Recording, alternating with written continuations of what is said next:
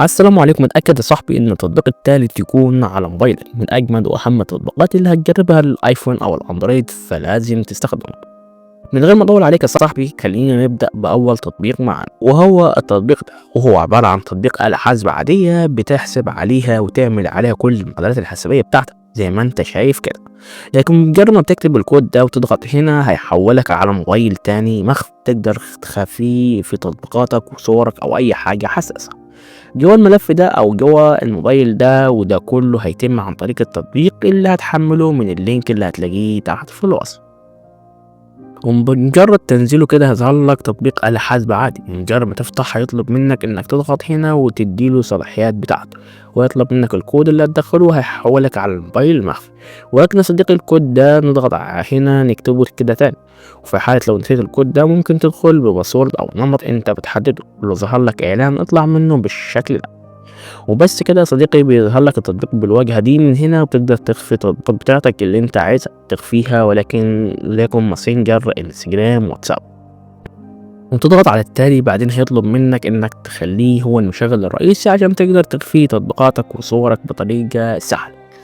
فزي ما انت شايف كده يا صديقي هيحولك على اللانشر ده. بتقدر بقى من هنا يا صديقي تخفي كل حاجة انت عايزها، ولكن دي الواجهة بتاعته موبايل الطبيعية. وهنا تطبيق الآلة الحاسبة العادي اللي بيقدر تحسب عليها وتعمل اللي انت عايزه.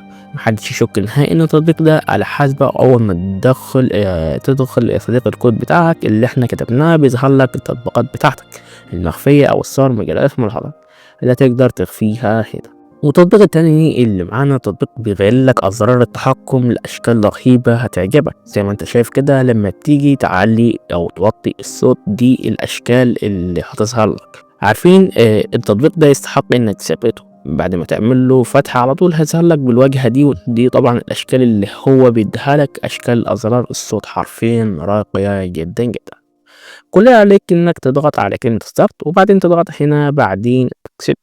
وبتبدأ انك تديله الصلاحيات من هنا بالشكل ده، وبتبدأ انك تديله سماح كده، فهيبدأ ان يديك الاشكال اللي انت شايفها دي. اي شكل يعجبك من دول هنبدأ انك تضغط عليه وتستنى الاعلان اللي هيديلك، وبعدين تضغط على كلمة ابلاي، فيبدأ ان هو يتغير بالشكل زي ما انت شايف كده. احلى حاجة في الاشكال دي انها ملونة وفيها اشكال كتير هتعجبك. التطبيق بقى اللي بعده يا صديقي فكرته اجمد واجمد، وهو بيحمي لك موبايلك بتاعك. لو مثلا فرضنا ان حد بياخد موبايلك من اصحابك او اي حد رخم كده بيشد الموبايل، الموبايل لوحده بيحس ان الموبايل اتشد، فبيقفل بطريقة سهلة وبسيطة. فكرة التطبيق اسمها يا صديقي انك بتفتحه فبيظهر لك بالواجهة دي، وبتبدأ انك تضغط هنا على انهاء. وبس كده يا صديقي كل اللي عليك دلوقتي انك تضغط كلمة ستارت، وهيديك كود كده هتبدأ انك تكتبه بالشكل ده.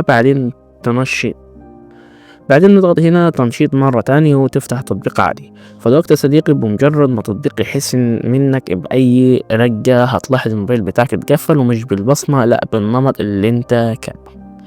زي ما انت كده شايف يا صديقي بمجرد ما بيفتح موبايلك بالبصمة، لكن بمجرد ما حد بيشد الموبايل بيتقفل بالطريقة الأصعب دي، اللي هي إما النمط أو الباسورد اللي انت محدده من البداية. تطبيق مهم جدا يحمي لك موبايلك.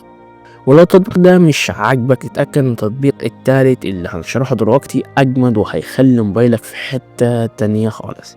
التطبيق ده بيحمي لك موبايلك بنسبة 100% عن طريق انه بيمسح لك الملفات أو أي حاجة عندك، ده في حالة السرقة بس.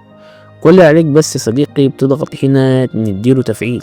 بس كده يا صديقي بمجرد ما تضغط هنا هنبدأ انك تتعلم على الخيار دي. والخيارات دي يا صاحبي هي تحمي لك موبايلك اما عن طريق كود، او لو موبايلك اتسرق، او لحد وصله عن طريق الكمبيوتر والجهاز ده مقفول بالشكل ده. التطبيق بيتعرف ان في حاجة غريبة، فبيبدأ يفرمط لك كل الداتا بتاعتك وموبايلك بالكامل. فبالتالي بيحتفظ بخصوصياتك لو عندك حاجة حساسة مش عايز حد يوصل لها.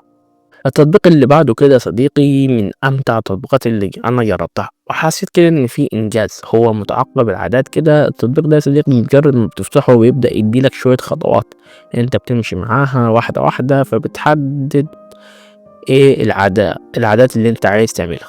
زي مثلا ممارسة التمارين، تمنع السكر أو تنظيف عادة جديدة، تشرب مية، تحافظ على لياقتك، تخفف التوتر. بيختارك الحاجة اللي انت عايزها وتبدأ تختار لونها من هنا، لو اللون على مزاجك، وتختار الوقت اللي عايز تعمله، وتحدد الأيام اللي هتتكرر فيها. وبعد ما ينتهي يا صديقي وتختار الهدف، تضغط على حفظ، وبتلاقي بيتضاف لك هنا، وبيبدأ تطبيق بيفكرك بالعادات دي لحد ما تنبيهك عندك وتلاقي نفسك ملتزم بيها. بعد كده تطبيق جميل جدا وفكرته حلوة، من أجمل التطبيقات اللي لازم تكون على موبايلك، وهو تطبيق الأذونات ده. التطبيق ده يا صديقي بمجرد ما تنزله بيجيب لك أي الحاجات اللي أخدت الأذونات عندك، زي المساحة، الميكروفون، اتصال الرسائل أو اللوكيشن. تبدأ إنك تختار مثلا المساحة وتشوف إيه التطبيق اللي ليه صلاحيات تدخل على الملفات أو الصور. لو لقيت تطبيق غريب واخد حاجة مش المفروض ياخدها، تدخل عليه وتعمل له إلغاء تثبيت.